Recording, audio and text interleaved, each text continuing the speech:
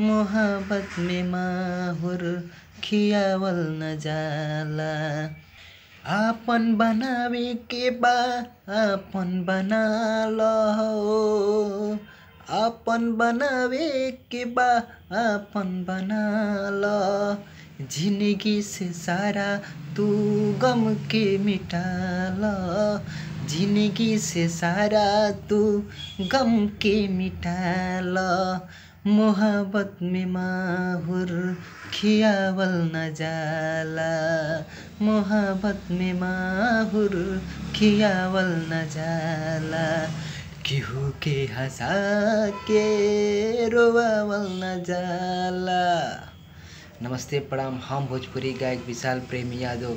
अगर आप लोग के हमार आवाज़ अच्छा लागल होखे तो ई चैनल के सब्सक्राइब, लाइक, कमेंट, शेयर और बेल आइकन दबा के ठीक बा।